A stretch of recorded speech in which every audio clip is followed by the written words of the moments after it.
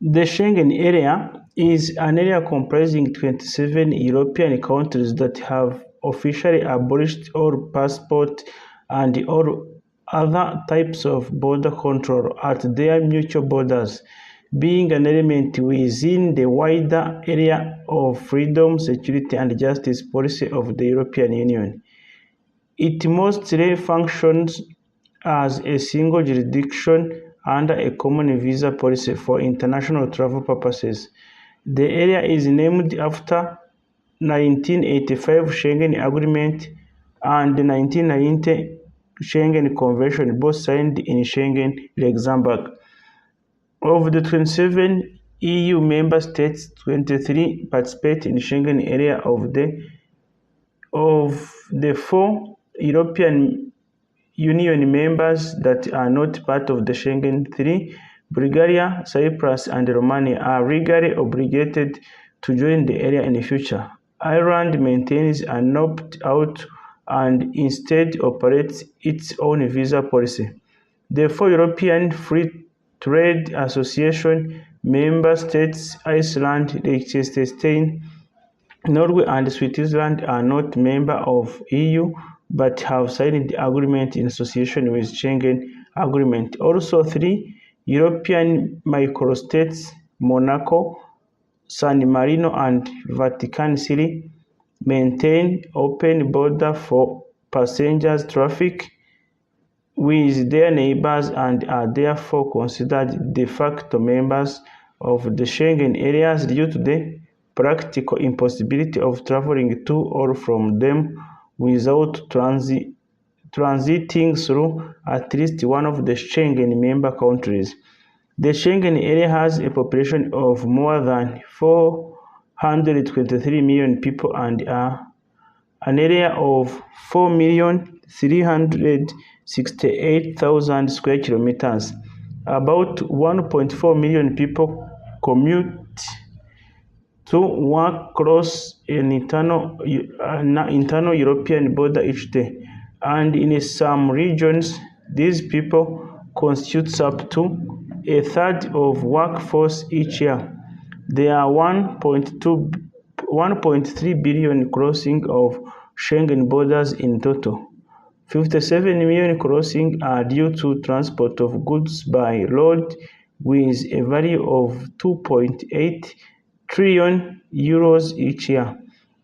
The decrease in the cost of trade due to Schengen varies from 0.42% to 1.69% depending on geography, trade patterns, and other factors. Countries outside of Schengen area are also benefit. States in the Schengen area have strengthened border controls with non-Schengen countries.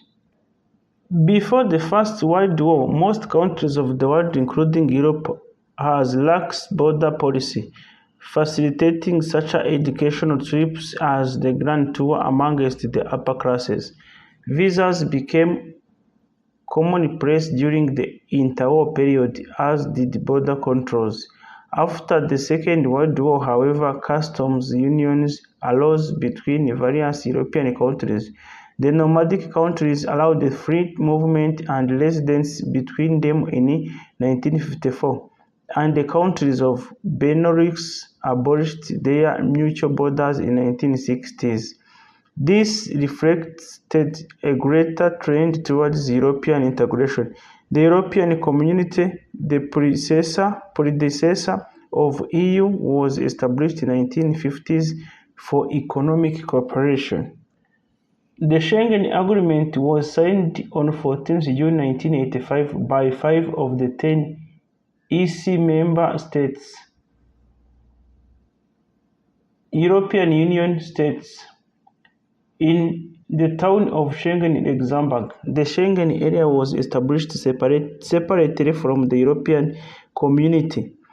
When consensus could not be reached among all European Community member states on the abolition of border controls, the agreement was supplemented in 1990 by the Schengen Convention, which proposed the abolition of internal border controls and a common visa policy. The agreement and the rules adopted under them were entirely separated from the European Community structure and led to the creation of Schengen area on 26 March 1995. As more European Union member states signed the Schengen Agreement, consensus was reached on abolishing it into the procedures of European Union. The agreement and its related convention were incorporated into the mainstream of European Union law by the Amsterdam Treaty in 1997, which came into effect in 1999. A consequence of the agreement being a part of European law is that any amendment or regulation is made within its processes in which the non-European members are not participants. The UK, the crown dependents of the Republic of Ireland, have operated a common travel area since 1923 with passport-free travel and freedom of movement with each other. But the UK would not abolish border control with any other countries and therefore opt out of the agreement. While not signing the Schengen Treaty, the Republic of Ireland has also looked more favorably on joining, but has not done so in order to maintain the city common travel area and its open border with Northern Ireland. The common visa policy allows nationals of certain countries to enter the Schengen area via air, land, or sea without a visa for a stay of up to 90 days within one 80 days period. Nationals of certain other countries are required to have a visa either upon arrival or in transit. The Schengen area consists of 27 countries, including 4 which are not members of the European Union. 2 of the non-EU members, Iceland and Norway, are part of the Nordic Passport Union and are officially classified as states associated with the Schengen activities of the EU. Switzerland was allowed to participate in the same manner in 2008. Croatia joined the Schengen area on 1 January 2023. De facto, the Schengen area also includes 4 European macrostates: Andorra, Monaco, San Marino, and Vatican City, that maintain open or semi-open borders with other Schengen member countries, although Andorra's agreements with France and Spain makes it effective part of the Schengen. This can be avoided by requesting entry and exit stamp at the border. One EU member state, Ireland, negotiates opt-outs from Schengen and continues to operate border controls with other EU member states, while at the same time being part of open border common travel area with the United Kingdom, a former EU member, and the Crown dependencies. The remaining 3 EU member states, Bulgaria, Cyprus, and Romania, are obliged by their treaties of accession to join the Schengen area eventually. However, before fully implementing the Schengen rules, each state must have its preparedness assessed in 4 areas: air borders, visas, police cooperation, and personal data protection. This evaluation process involves a questionnaire and visits by EU experts to selected institutions and workplaces in the country under assessment. The only land borders with border controls, not counting temporary ones, between EU and EEA members are those dividing Bulgaria and Romania from each other and from the rest of EU. The procedure to enter the Schengen area is that the European Commission evaluates certain criteria. These criteria include border control registration, infrastructure and organization, personal data protection, visas, deportations, police cooperation, and more. After a positive evaluation, the Schengen members of the Council of the European Union decides anonymously, together with the European Parliament, to accept the new member. Although Cyprus, which joined the EU on 1 May 2004, is legally bound to join the Schengen area, implementation has been delayed because of Cyprus dispute. According to former Cypriotic Minister of Foreign Affairs, Georgios Lirikas, strict and full control based on Schengen will create a huge tribulation on a daily basis for the Turkish Cypriots of northern Cyprus, and it's unclear if this control is possible before the resolution of the dispute. The British Soviet base areas of Akrotiri and Dekeria, a British overseas territory which is outside the EU, also needs other handling and mechanisms. Akrotiri and Dekeria has no border control to Cyprus, but has its own border control at its airbase. As of 2018, no data has been fixed for implementation of Schengen rules by Cyprus. Cyprus has less potential benefits from an implementation of Schengen, for it has no land border with another EU member. Air travel, or around 12 hours of sea travel, is needed to the nearest EU member.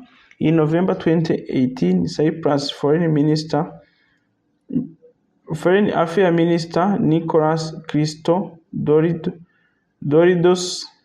revealed that Cyprus formally began the process of joining the Schengen area in September. An important reason is to access the Schengen information system and other border control cooperation. The European Commission is currently evaluating the application. While Bulgaria and Romania, which joined the EU on 1 January 2007, are also legally bound to join the Schengen area, implementation has been delayed. On 15 October 2010, Bulgaria and Romania just joined the CIC2 for law enforcement operation. European institutions are preparing to admit Bulgaria and Romania to Schengen this year, 2023, with border control free travel by air expected in October 2023, followed by the abolition of land border control by January 1, 2024. In a resolution which members of the European Parliament call on the Council to approve Romania and Bulgaria's accession to the Schengen free travel area by the end of 2023, adopted on 12 July with 526 votes in favor, 57 votes against, and 42 abstaining. Parliament stresses that both countries have already fulfilled the necessary requirement to be admitted into Schengen. As a result of Brexit, Gibraltar ceased to be part of the European Union on 31 January 2020, although for most purposes it was treated as a part of it during the transition phase until 31 December 2020. Like the United Kingdom, it had not been a part of the Schengen area, but unlike the United Kingdom, Gibraltar had also been outside of EU customs union. Apart from the unrestricted mobility of persons, the negotiations will also seek to address maximized and unrestricted mobility of goods between Gibraltar and the European Union, and consider matters related to environment, the level playing field, social security coordination, citizens' rights, data, and matters related to continued document recognition. On 6 October 2021, the EU agreed to open formal negotiations with UK, anticipating an agreement on Gibraltar, and negotiations started soon after. They were ongoing as of February 2022. Hopes were they would finish during spring 2022 As of December 2022, negotiations were continuing but appeared to be deadlocked over policing of passport control at Gibraltar Airport. Three European microstates, Monaco, San Marino, and Vatican City, are officially not part of Schengen but are considered de facto within Schengen area as they have open borders and do not have border control with the Schengen countries that surround them. Some nations laws have the text country against which border control is not performed, based on the Schengen Agreement and European regulations, which then includes the microstates and other non-EU area with open borders. The three microstates cannot issue Schengen visa and, with the exception of Monaco, are not formally part of the Schengen areas. As of 2015, Andorra, Monaco, and San Marino were negotiating an association agreement with the EU. Andorra is landlocked and doesn't have an airport or a seaport, but there are several heliports. Visitors to the country can only gain access by road or helicopters through Schengen members, France or Spain. Andorra contains border control with both France and Spain. There are border control in the other direction also, but these are more focused on custom control. Andorra has considered low taxes than its neighbors, with the example a standard VAT rate of just 4.5%. Andorra does not have any visa requirement. Citizens of EU country need either a national identity card or passport to enter Andorra, while any other areas require a passport or equivalent Schengen visa are accepted. But those travelers who need a visa to enter the Schengen area need a multiple entry visa to visit Andorra. Because entering Andorra means leaving the Schengen area, and re-entering France or Spain is considered a new entry into the Schengen area, Andorran citizens do not receive a passport stamp when they enter or leave the Schengen area. Andorra's ambassador to Spain, John Gittan, has said that they hope that the agreement will include provision to make the state associates member of the Schengen Agreement. Liechtenstein is landlocked and does not have an international airport. It has been a member of Schengen area since 2011.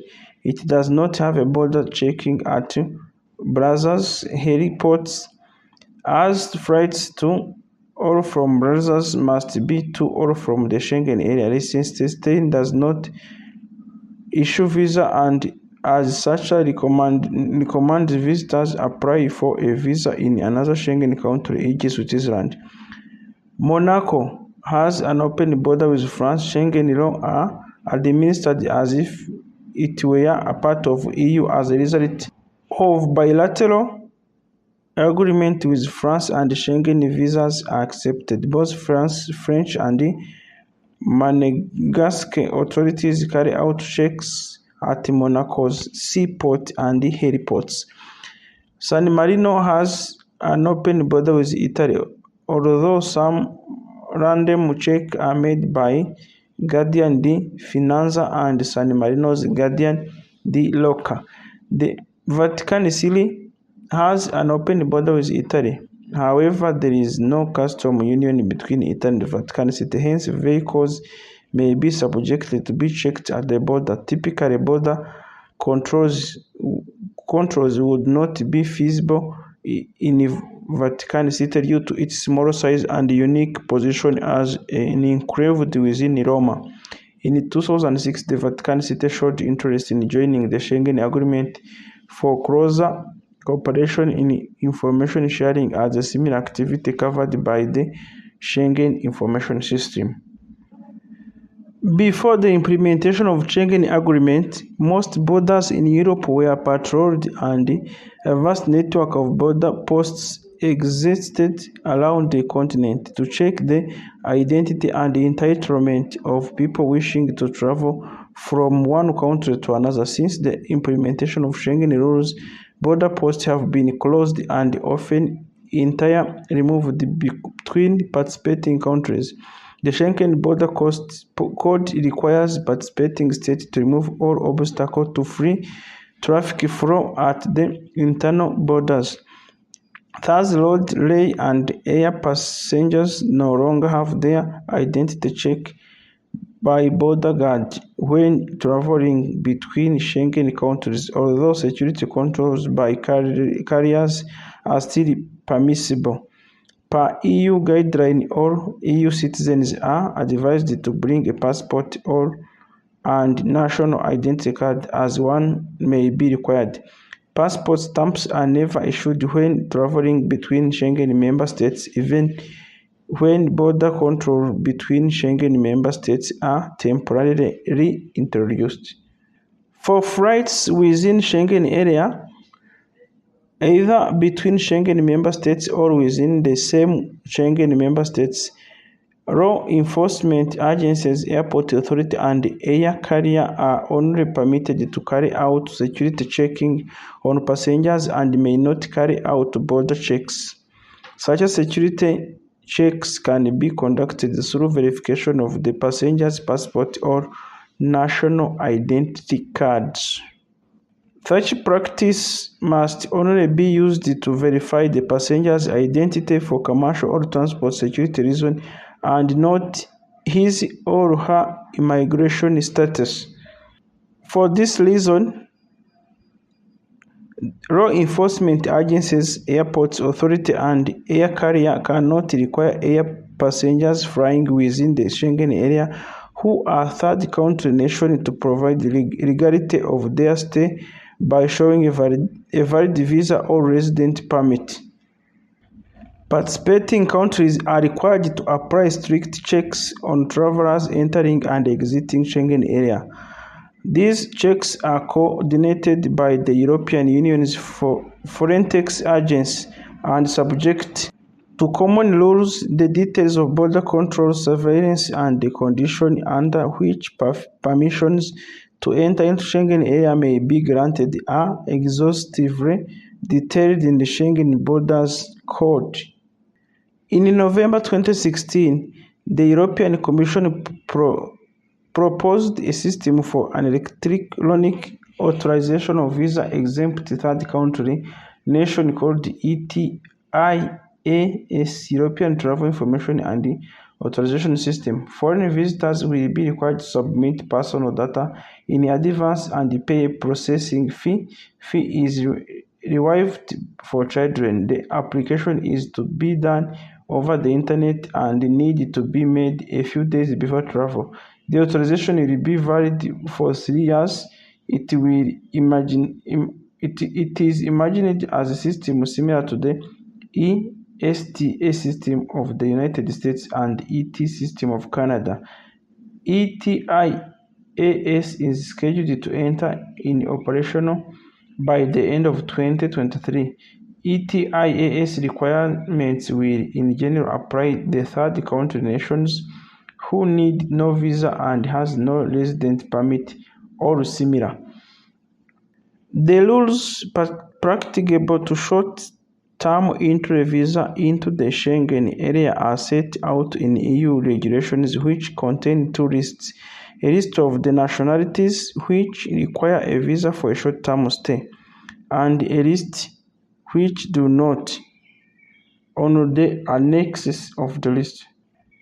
Entry condition for third country nations: a Schengen visa or a visa exemption does not entitle the traveler to enter the Schengen area, but rather allows the traveler to seek entry at the border crossing point. The Schengen Border Code lists requirements which third country nation must meet to be allowed into the Schengen area. For this purpose, a third country nation is a person who does not enjoy the rights of free movement. That's the person who is not an EEA citizen or Swiss or a family member of such a person. The entry requirement for third country nationals who intend to stay in Schengen area for not more than 90 days in any 180 days period are as follows. The traveler is in possession of a valid travel document or documents authorizing them to cross the border. A visa is not considered a travel document in this sense.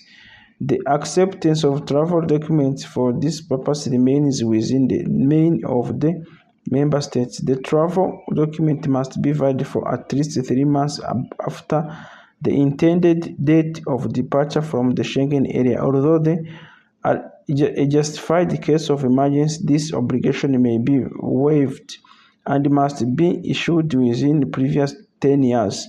Traveler either possesses a valid visa if required or a valid resident permit. Traveler can justify the purpose and conditions of the intended stay and has sufficient means of subsistence both for the duration of an intended stay and for the return to his or her country of origin or transit to a third country into which the traveler is certain to be admitted or is in a position to require such a means lawfully. The Schengen Information System do not contain a refusal of entry alert concerning the traveler, and the traveler is not considered to be a threat or to public policy, internal security, public health, or international relations of any of the Schengen states. However, even if the third country nation does not fulfill the criteria for entry, admission may still be granted on humanitarian grounds, on grounds of national interest, on grounds of international obligation, if a person is not in possession of visa but fulfills the criteria for being issued a visa at the border, if the person holds a resident permit or a re-entry visa issued by the Schengen state. Border guards are required to stamp the travel document of third country nation when they cross external border. However, nations of Andorra, Morocco, San Marino, and the Vatican City are exempted from this requirement. As the heads of states, those visits were announced through diplomatic channel, and holders of local border traffic permits and residence permits issued by Schengen member states. Certain exemptions also apply to the cross of ship and aircraft. Third country nations who otherwise fulfill all area criteria for admission into the Schengen area must not be detained entry for the sole reason that there is no remaining empty space in their travel document to affix a stamp. Instead, the stamp should be affixed on the separate sheet of paper. To account the potentially aggravating effects of abolition of border control on undocumented immigration and cross-border crime, the Schengen Acquis contains compensatory police and judicial measures. Chief among these is the Schengen Information System (CIC), a database operates by all EU and Schengen states and which by January 2010 contained in excess of 30 million entries and by January 2014 contained in excess of 50 million entries, according to the document published in June 2015 by the Council of European Union. Around 1 million of the entries related to the person, 72% of which were not allowed to enter and stay in the Schengen area. Only 7% of the persons listed on the CIC database were missing persons. The vast majority of data entry on the CIC, around 49 million, concern lost or stolen objects. The European Council reports that in 2013, an average of 43 stolen vehicles a day were detected by authorities using the CIC database. A list of EU authorities with access to CIC is published annually in the official journal of the European Union. As at June 2015, 235 authorities can use the CIC database. The CIC database is operational, managed by EU LISA. The Schengen Agreement also allows the police officer from one participating state to follow suspects across the border, both in hot pursuit and to continue observation operations and enhanced mutual assistance in the criminal matters. The Schengen Convention also contained the measures intended to streamline extradition between participating countries. However, these have now been submerged into the European arrest warrant system. The legal basis for Schengen is the Treaty of the European Union has been inserted in the treaty establishing the European Community through Article 2.15 of the Treaty of Amsterdam. This inserted a new title named Visas, Asylum, Immigration, and the other policies related to free movement of persons into the treaty. Currently numbered as Title 4 and comprising Article 61 to 69. The Treaty of Lisbon substantially amended the provision of article in the title, renamed the title Area of Freedom, Security and Justice, and divides it into 5 chapters called General Provisions, Policy of Border Checks, Asylum and Immigration, Judicial Cooperation in Civil Matters, Judicial Cooperation in Criminal Matters, and Police Cooperations. The Schengen Agreement and the Schengen area originally had its legal basis outside the then European Economic Community, having been established by a subset of member states of the community using 2 international agreements. 1985 Schengen Agreement between the governments of the states of Benelux Economic Union, the Federal Republic of Germany, and the French Republic on the global abolition of checks at their common borders. The 1990 Schengen Convention implementing the Schengen Agreement of 14 June 1985 between the government of states of Benelux Economic Union, the Federal Republic of Germany, and the French Republic on the gradual abolition of checks at their common borders.